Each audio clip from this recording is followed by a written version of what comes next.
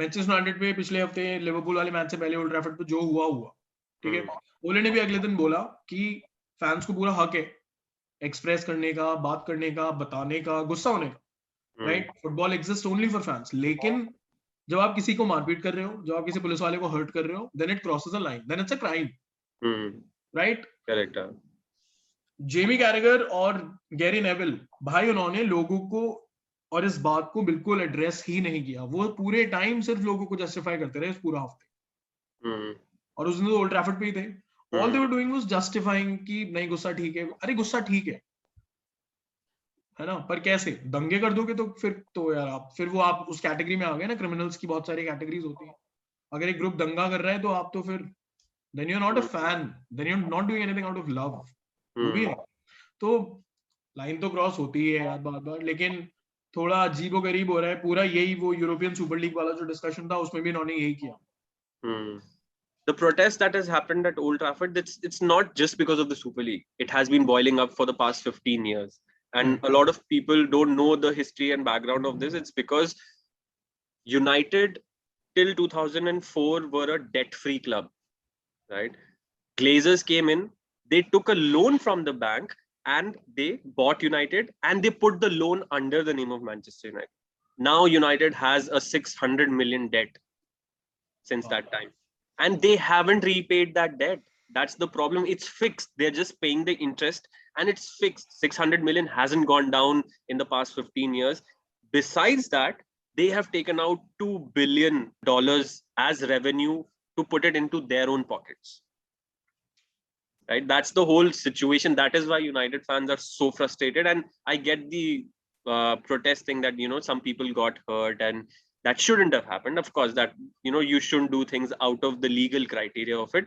And I don't think that was the intention of the protest, because there were children and women and, you know, people on the field who were just there with their footballs. They were just there to show a sort of a very non-violent protest against what is happening to this club, right? And if it was meant to be a violent thing, believe me, it could have been much worse, but it wasn't. Obviously. Because it wasn't planned that way. It wasn't planned that way. There are, of course, people in such situation, you know, the passion runs over you and you get a little excited, you throw things, and I think that's what happened. But there was no intention to hurt anyone as such, right?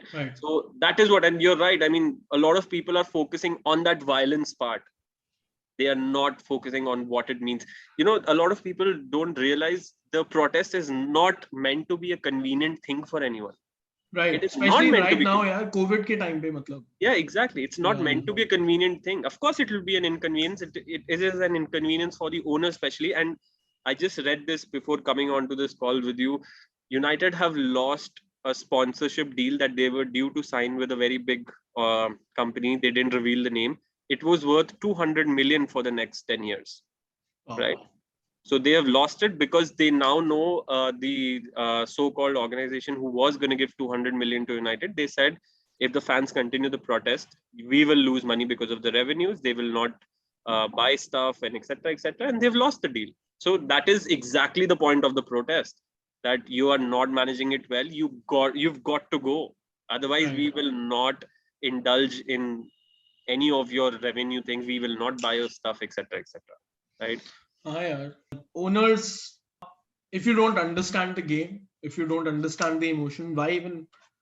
I mean, I understand Manchester United is, you know, theater of dreams and everything, and it's obviously a great idea to invest in that business. और उन्होंने कमाया भी अंधा ही है उससे, right? But यार आपको emotion समझ में नहीं आता तो फुटबॉल से नहीं जुड़ना चाहिए. I appreciate the Leicester owners so much. Yeah, exactly. Right? Yeah. They do it the right way. उन्होंने पूरा शहर के लिए इतना अच्छे से किया है, Leicester City के owners. And उस सब के बीच में they got lucky also. Correct. तो वो मतलब there are right ways of doing things and the United way is absolutely wrong. I'll give you another connection in this. People who are managing Manchester United, especially Ed Woodward, he has of course resigned. He'll leave at the end of the summer, etc. But he's a banker. Everyone knows that, right? In the Super League, do you know who was the main sponsor of the Super League? It was JP Morgan. Okay. It's an international bank based out of US, right? Ed Woodward used to work in JP Morgan. Ed Woodward was the person in JP Morgan who helped the Glazers family take over Manchester United. From a legal point of view, from a financial point of view, he was the person who helped Glazers take over Manchester United. And right after that, Glazers brought him in as the CEO. I'm sure he's pretty good at the financial angle. He is pretty good. He bought in a lot of money for Manchester, and that's all fair. Right. But you are not investing into football. You're not investing it in the right manner. People say that United have invested 800 million in the past 15 years since Glazers have come in. Yes, that's correct. They have invested 800 million. But what have they got? Because people who are investing the money, they're not footballing people. They're bankers, they're managers, they're just bringing in people for the market value. Right? So that's the whole issue. Wow. So Abhay took this long route, so I wanted to explain the Arteta angle. Now, United cannot do that because Solskjaer is playing well. United cannot change the focus. Now the focus is only on the owners, right? So unless they do something differently, they change their course of action, I don't think the protests are going to stop.